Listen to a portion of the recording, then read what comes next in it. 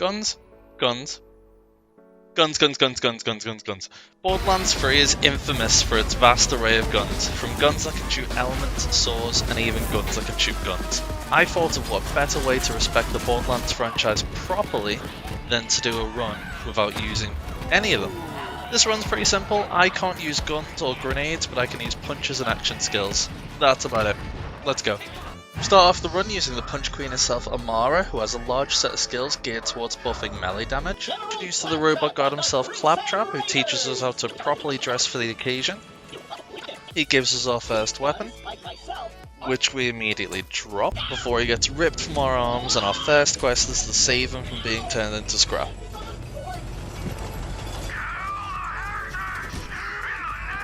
Once we sprinkle our first set of violent high fives upon the fanatics, there comes a realization that seeing people burst into a pile of red goo brings me much more pleasure than I'm legally allowed to admit. But we press on, grab our first shield, and run headfirst into the depths of the lair to save our Claptrap, only to be introduced to Shiv.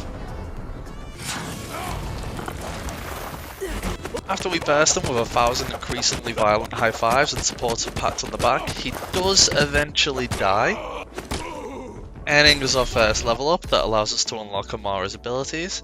Then we save Claptrap and meet Lilith for the first time. What's up? Lilith tells us to go find the Sun Smasher War Chief for some reason that I was totally paying attention to and wasn't focused on finding more victims for the slaughter. Like this one, or this one, or this one, or these people, or this one, or this one, or this one. Increase our healing real quick before we empty out the remaining fanatics. I'm gonna live forever!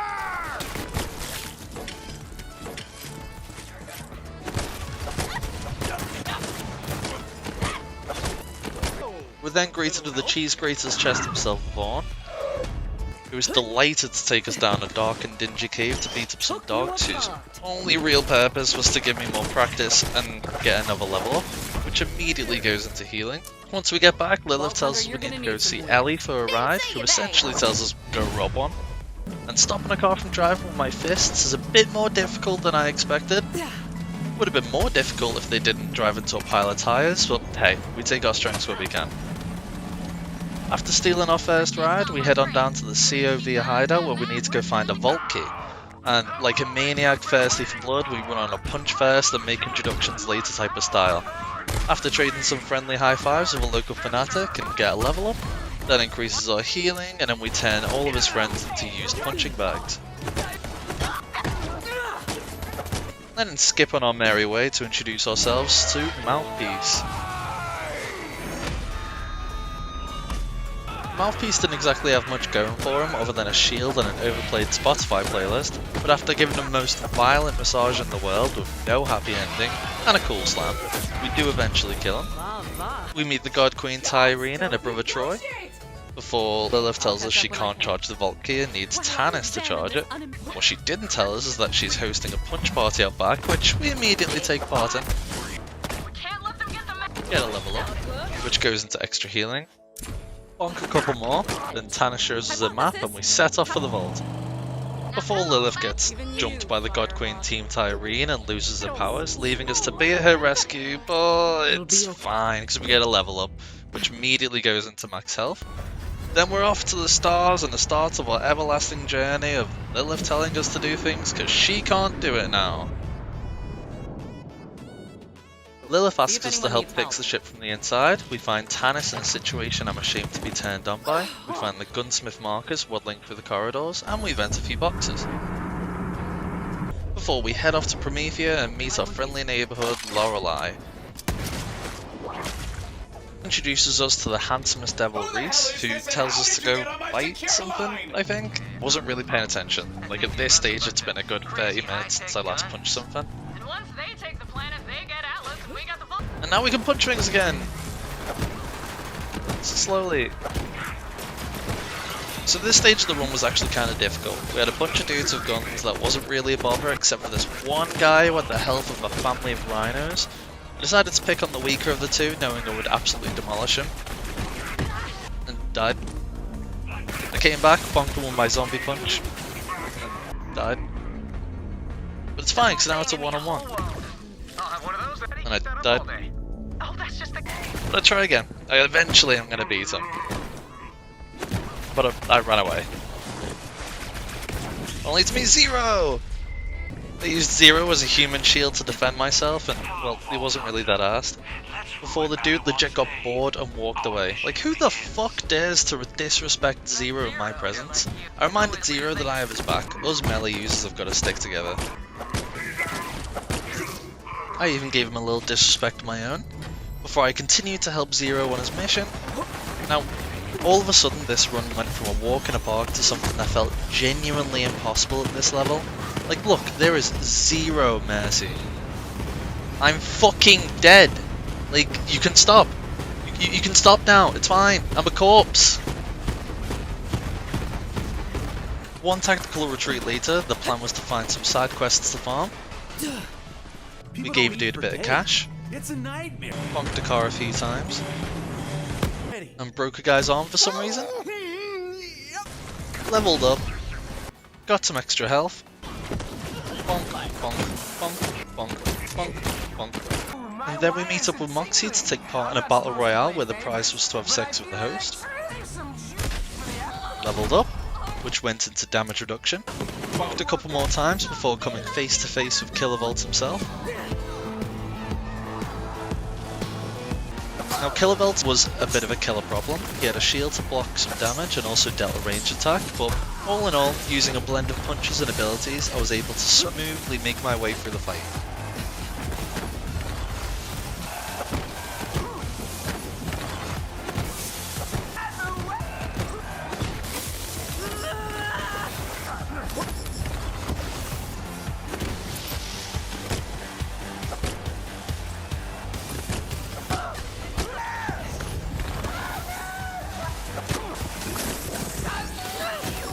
Once I spent 45 minutes killing this guy, I then died to my own corrosive damage on the ground, and then the fear kicks in. Do I have to do that all over again just because I died after him? And there he is, standing like nothing happened. My heart fucking sank. But wait, no, it's fine. There's the item that he dropped. It's all good. No, it's fine. It's fine. It's fine. It's fine. It's fine. It's fine. It's fine. It's fine. It's fine. It's fine. It's fine. It's fine. It's fine. Easy. Handed the item into Moxie whilst Kilovolt's health loomed over me. But I still needed to kill a few more people if I was hoping to help Zero again. And there it is, the milestone level for this run, as it activates Find Your Center, allowing us to deal double melee damage. Genuinely makes this run much easier from here on out.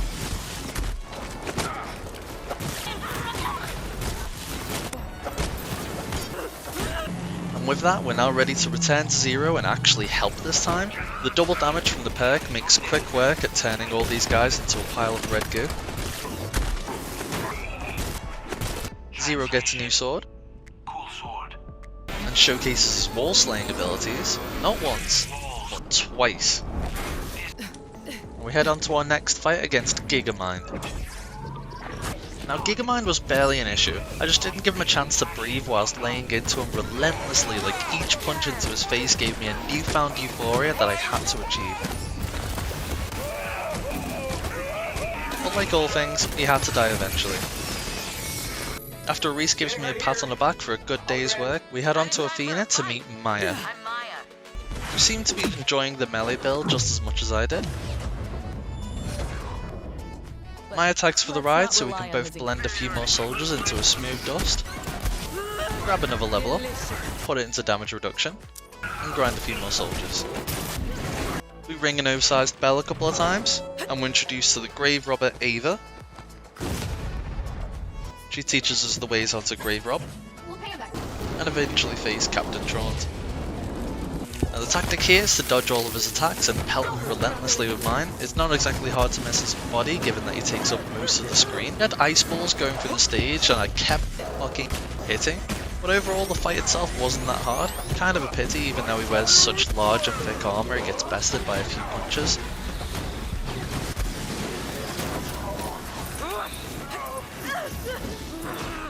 Lilith tells us that we need to go meet Reese for the first time, so we head on our merry way, and the gentleman himself greets us and invites us to his invisible ship. Hey, you made it! My ship's right there. which blows up. Just find Who conveniently tells us there's another ship in the building next to us. We board the donut-shaped ship and head straight for Malawan Corporation base. No death spheres in sight. Train a couple of soldiers, enters another level up, which goes straight into max health. We then cue to a real quick slap montage.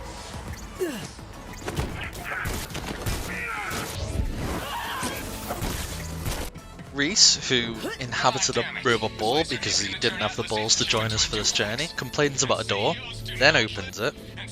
Yep, no, I think that's legit all Reese Ball does this game, except, well, dying. So, Kamigawa Ball was honestly the most frustrating fight. The hitboxes for punching him were in such awkward places that I ended up just using action skills for the fight, which was a pussy way to go about it, but it was just too awkward otherwise, so imagine me doing this like 60 times. Lilith congratulates us by telling us to go somewhere else again, this time to the Atlas Corporation to do something. But to my shock and horror, the Atlas Corporation were getting raided, just in time for me to brandish my fists once more and soak them in the blood of my enemies.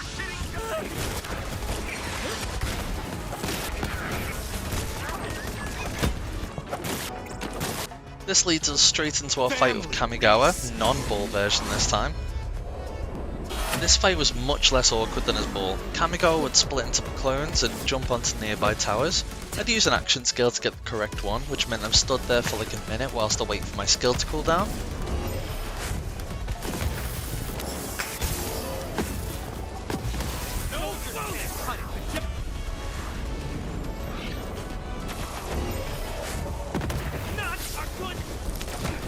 But he takes his final hit, explodes into a bunch of Kamigawa dust, and grants us a level up.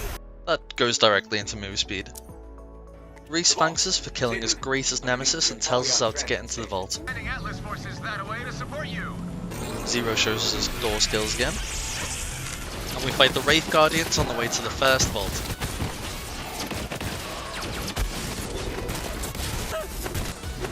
Maya decides to help out by phase locking an enemy to an unreachable height, so I just impatiently wait until Maya lets me demolish my prey once more.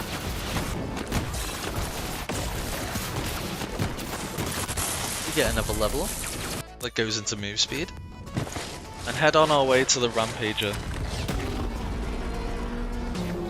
This is what it came to. The hundreds of enemies that I've churned into paste has been training for this chunky boy.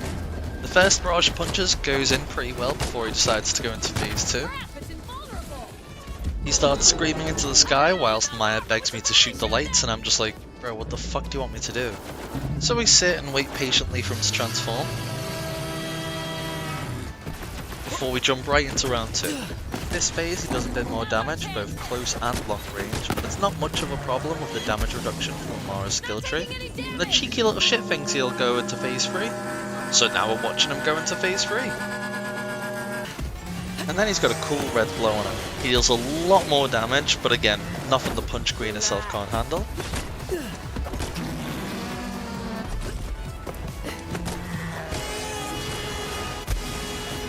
We give the Rampager his final neck pat before he falls to the ground. I guess it's a shame phase 4 was a corpse. Before the God Queen Dream Team Tyrene drop in, Ava threatens them like a Chad, gets twatted, Maya gets fucking erased from existence, and then they bounce. We hold a meaningful funeral for Maya, But she's gone, and that's how it is. before we set off once more, this time to Eden 6 where we meet Jacobs. He asks us to go save Hammerlock, so we use the shortcut in the lift.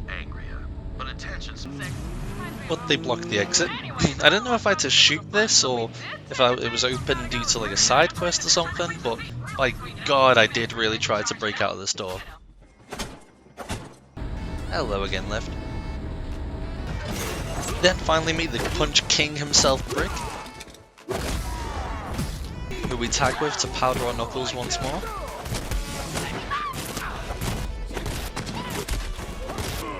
We get ourselves a level up. Goes into max health. And we finally meet Tiny Tina, or larger Tina. She helps us go save Hammerlock, who's held captive.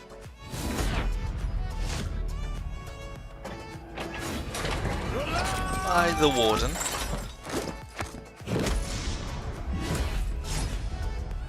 Now the Warden himself is a big chunky boyo who just needs a few love taps before he decides to drop his weapons and come at us completely weaponless. I can't imagine why anyone would do such a thing. Now his moveset consists of a couple of punches, then he tries to squish us with his big fat ass, which could flatten time and space itself. Then he gets to a stage where he can enter a new phase. Not once, but multiple times throughout the fight. Like here.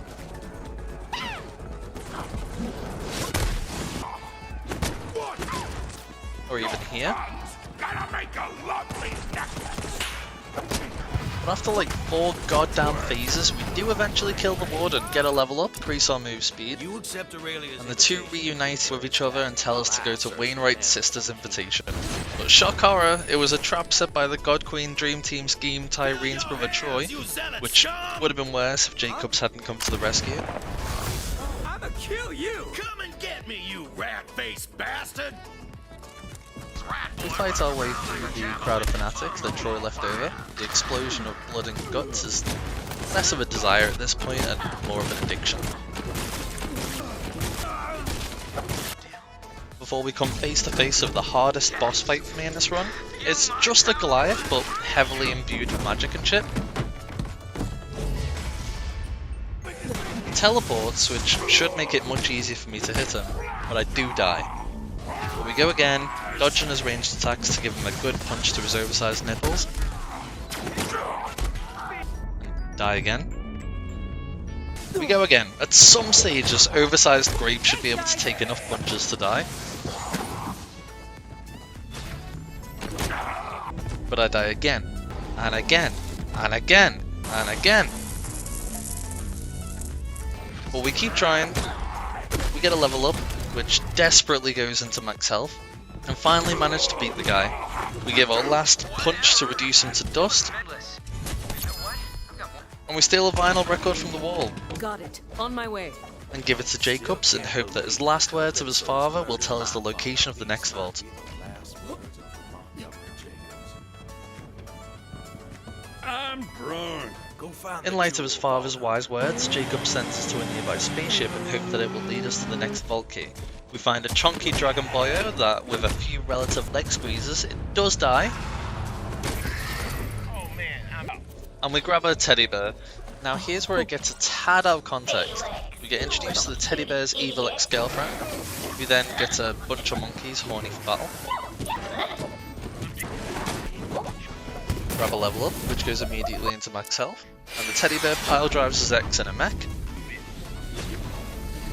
After spending the first 10 seconds or so of this fight hitting my goddamn ally, and switching my punches from shock damage to corrosive damage, the fight wasn't actually that much of a bother.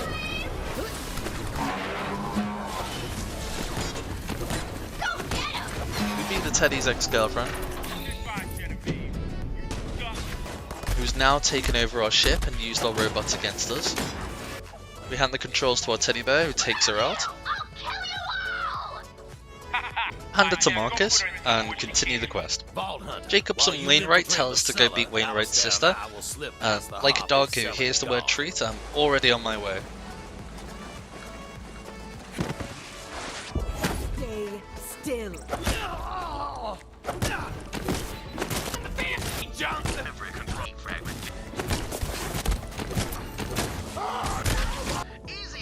Grab the key fragment. Should be right inside. The couple get frozen by Wainwright's sister. Yes, I know. And we have another boss battle. Now I kind of feel sorry for Aurelie here. She was absolutely pathetic. We destroyed her shields in like 2 hits, changed the elements of our punches to fire, and removed the rest. Hands up. This harpy is my wallet. So that's what code feels like. Punched a few statues to activate the vault, and head on down to the vault monster.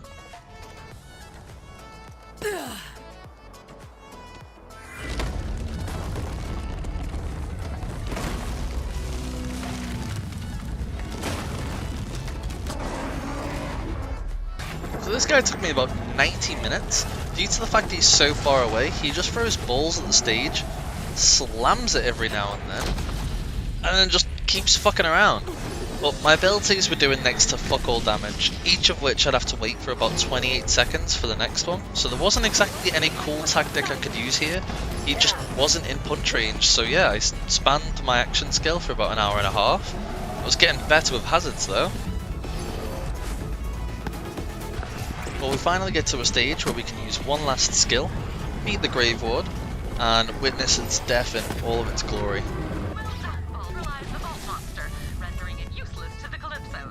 Lilith tells us to head back down to see our muscle man Vaughn. Vaughn tells us to give a golden car to a group of fanatics to gain entry to the party.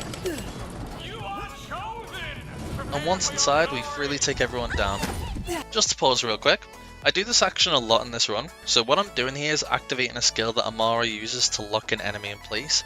However, I'm not giving it a valid target in order to refund the cooldown. This is because of a combination of perks that Amara uses that allow for extra damage reduction, melee range, and life gain after activating my abilities. Due to this, I ended up using the bonuses for activating my skills more than the skills themselves. Alright, let's continue.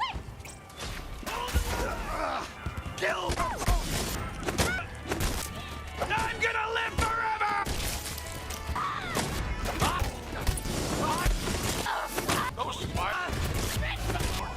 We come to Carnivara's moving castle, which is just a giant arena on wheels.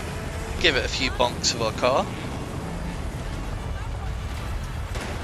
before having to resort to throwing barrels at the underside and making our way inside. Where we got to bloody our knuckles once more and finally make our way to Pain and Terror, featuring the actual boss, the Agonizer. The Agonizer was similar to the Grave Ward in that he couldn't be reached with melee damage except for this one small bot that was used as a way to shoot swords at me. It instead became the only way I was able to get so many hits off on him. Now we hit phase 2. I can't reach him with any of my hits, just ranged skills which do literally 10 damage and about 10 burn damage if I'm lucky. So I just sat in a spot and spammed my abilities every 28 seconds and just waited till the end. Now I did end up losing this exact stream due to technical issues, so let me replay it for you. So we had the Agonizer, Amara came in, we gave him a little punch, and then he died. We made our way out of the Fanatic base with the wind flowing through Vaughn's hair. He gives us a level up that goes straight into movement speed. Before the moon gets beamed in a cool light show and Lilith tells us to stop the light show. Tannis, who's now a siren, powers up a machine, then takes away power from another machine, allowing us to glide the way through to fight the twins. And after punching my way through the door, we make our way to the punching spree.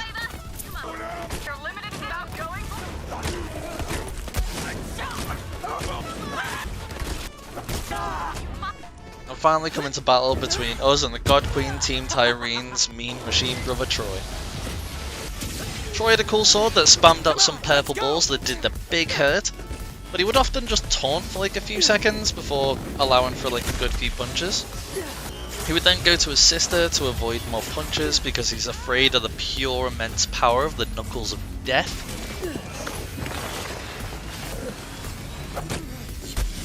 Keep it together, Tyrene! And after juggling some action skills and punches, we do eventually manage to kill Troy. Ava got Maya's powers, blew up for a bit, and then shown us a Google Maps of the vaults, before the God Queen herself decides to pipe up, squash us with a bunch of rocks, which did, well, nothing. And we find an artifact that gives us lifesteal on our melee hits, which it'll be important later.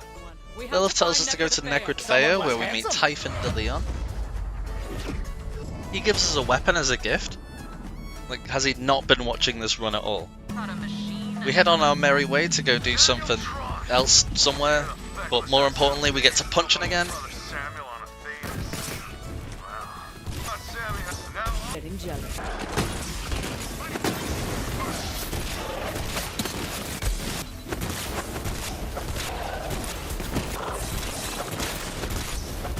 And we come face to face with Captain Traunt's brother, General Traunt. Genuinely embarrassed for how much General Traunt got absolutely annihilated. Like, due to the lifesteal of the melee hits, I was able to just keep railing into this guy and my health was completely fine. Safe to say his brother was much harder than him. We lead to grave. Not in her grave, Vault Hunter. Before Typhon gives us a gun that shoots guns, which surprisingly enough just goes on the wall. We head into the vault that's already been raided by Typhon because he didn't fully raid it or something, I think. Placed a few keys before we get ambushed by the God Queen Tyrene's meme scheme extreme team regime and started turning them all into an exploding pile of goo. Troy and I were dying right all this torture.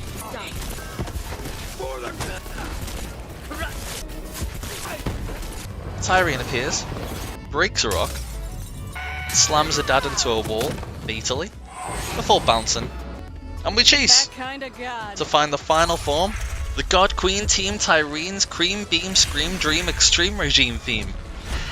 Jesus fucking Christ.